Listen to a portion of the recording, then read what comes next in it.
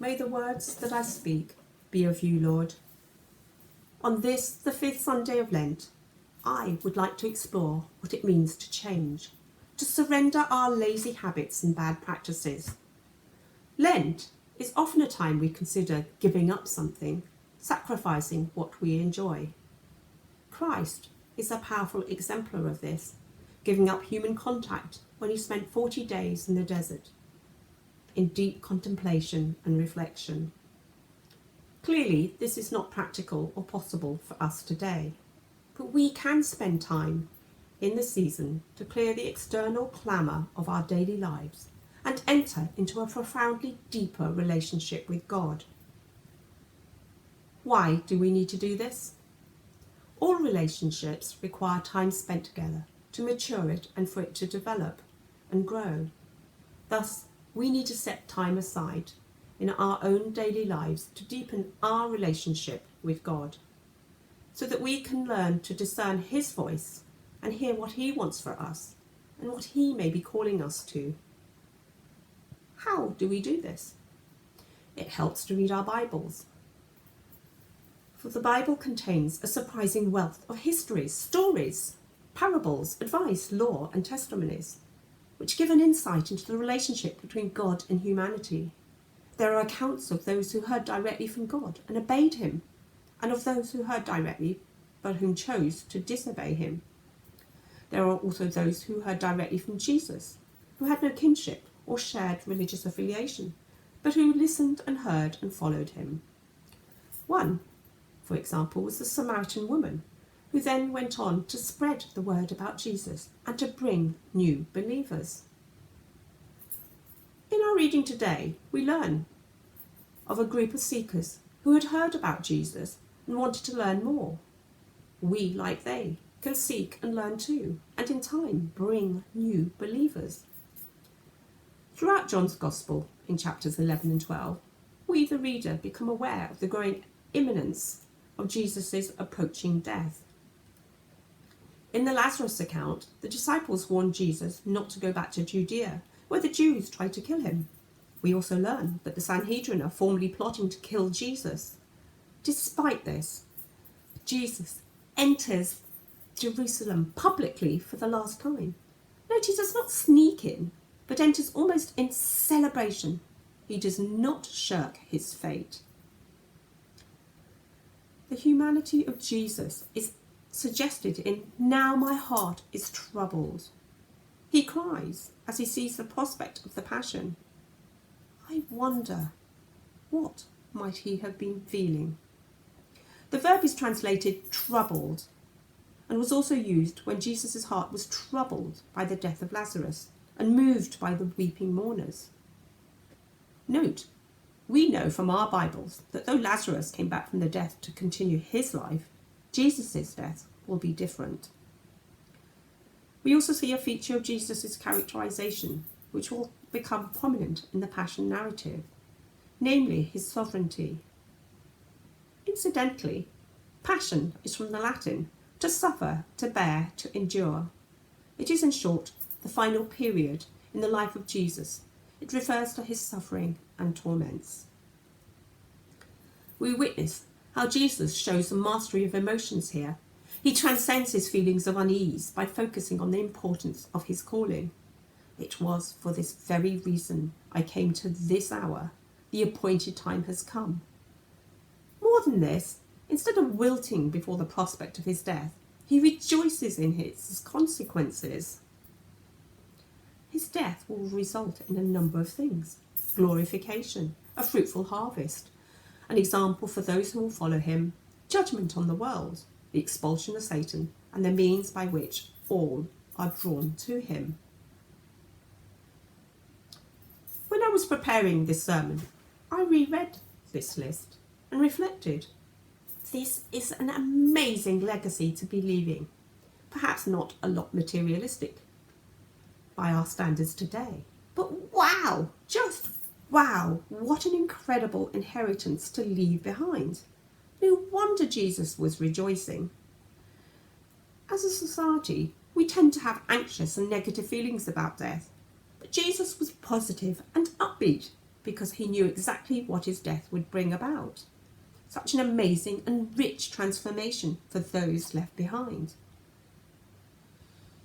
The inquiring Greeks are the epitome of the true seekers in John's Gospel account. The overriding theme is seeking Jesus. But this seeking of Jesus is done principally by the Jews, understood as the hostile authorities, whose intention is to kill Jesus. However, we see a complete contrast with the Greeks coming to Philip saying, "Sir, we would like to see Jesus."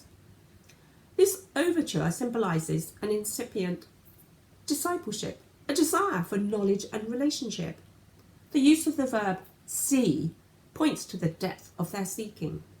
Their religious quest is for the true sight and deep insight about Jesus.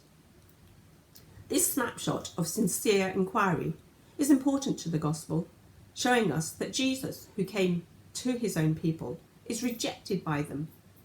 However, those who are not ethnically and religiously his own have sought him out and come to him and accept him.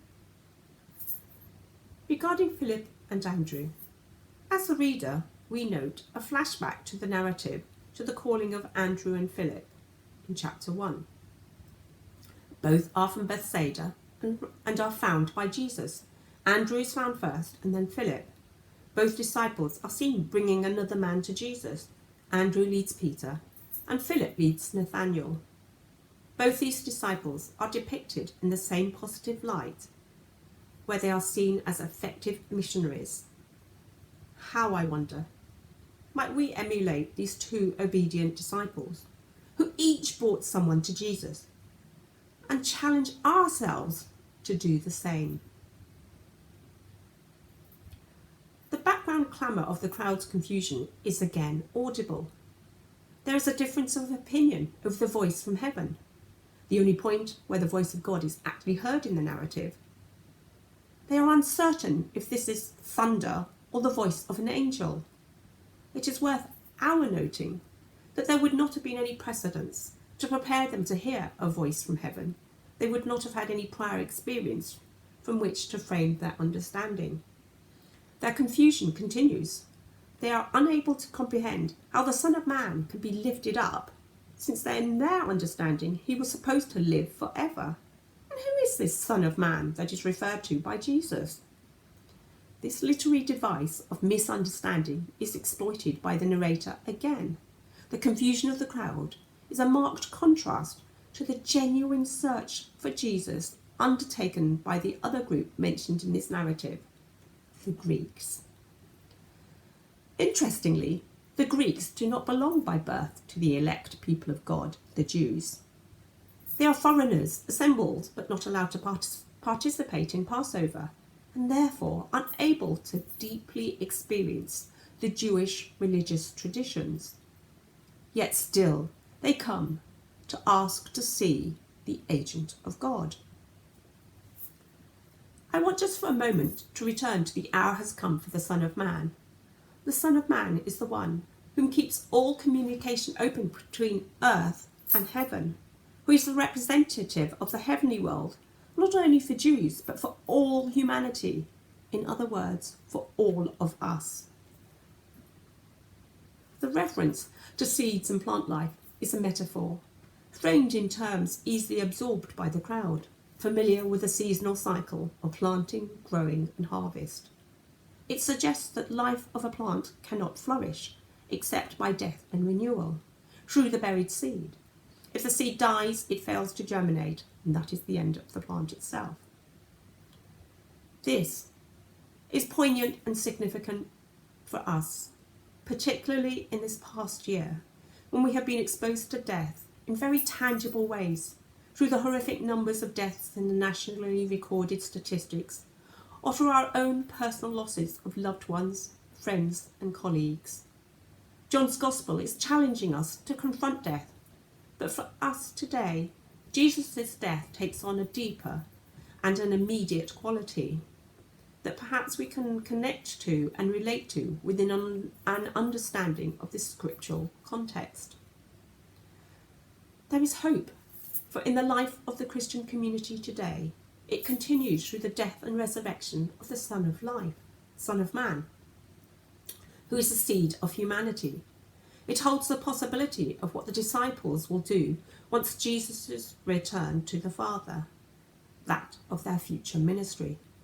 It also invites us to consider our potential roles in fulfilling our own prophetic functions. I wonder, are we perhaps being called to explore the possibilities of our own discipleship, to serve Jesus? Later in this gospel, we're called to follow Jesus, and to follow Jesus is to do the work that he did, to feed and to tend his sheep. And later, in chapter 15, verse 27, to testify on his behalf. I found this particular injunction very interesting, and one which I admit I myself had not previously considered. What a challenging and interesting call, to testify on his behalf. What might that look like for us individually and personally?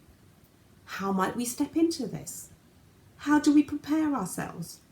And in what situations and circumstances are we called to do this? This is a very interesting thought, and one which seems perfect to contemplate and reflect upon during this Lent season.